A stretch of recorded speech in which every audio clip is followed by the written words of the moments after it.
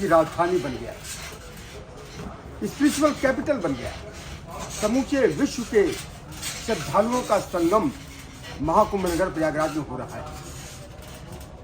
हर तरफ साधुओं का जमघट है, साधु नगरी बन गई। एक से बढ़कर एक शिविर आपका ध्यान बरबस ही अपनी ओर आकर्षित कर लेंगे। ऐसे ही एक शिविर है राष्ट्रीय परशुराम परिषद का। इस शिविर में 51 फीट ऊंची भगवान परशुराम जी की प्रतिमा स्थापित की गई।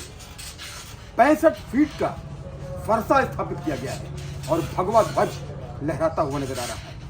हमारे साथ खास बातचीत के लिए मौजूद है राष्ट्रीय परशुराम परिषद के संस्थापक और निवर्तमान राज्य मंत्री पंडित सुनील भराड़ा जी। स्वागत है पंडित जी पर। क्या कहेंगे? राष्ट्रीय परशुराम परिषद की तरफ से 51 फीट ऊंची भगवान परशुराम जी की प्रतिमा स्थापित की गई है। अनोखा शिविर है, दिव्य अनुभूति यहाँ पर होती है। इस शिविर के बारे में बताइए और भगवान परशुराम जी की जो प्रतिमा स्थापित की गई है उसके बारे में बताइए। बहुत बहुत धन्यवाद आपको और न्यूज़ 18 ने इसको पूरा संज्ञान लिया और इसे यहाँ पर आए, आपका अभिनंदन है। भगवान श्री परशुराम जी पर विगत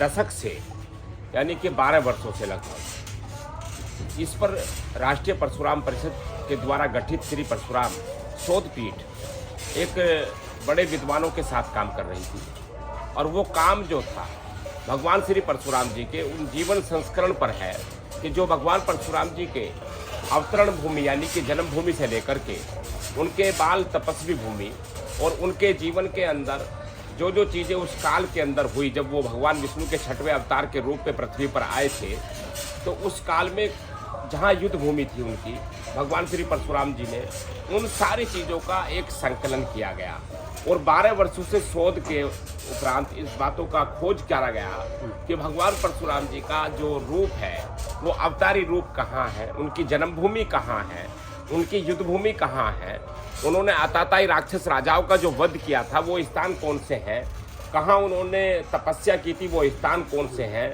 और जो हमारे पुराणों में आता है, ग्रंथों में है कि भगवान श्री परशुराम जी के द्वारा प्रथम बार भगवान शिवलिंग की जो स्थापना की थी महादेव जी की, वो स्थान कहाँ है।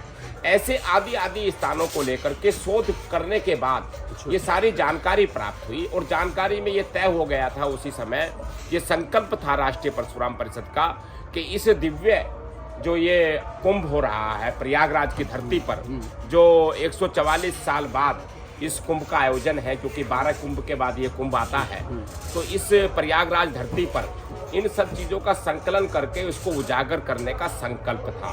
तो ये राष्ट्रीय परशुराम परिषद का 2 लाख स्क्वायर फीट में ये संकल्प इस परिसर के अंदर भगवान श्री परशुराम जी की 51 फुट की जो हमारी मूर्ति स्थापित हुई है वो दिव्य रूप है, जो अवतारी रूप है, जो कर्नाटक से आया है, जो कर्नाटक के मंदिरों में हमें मिला है, खोजा है उसको जा करके, उसे यहाँ निकाल करके उसको प्रस्तुत किया गया है।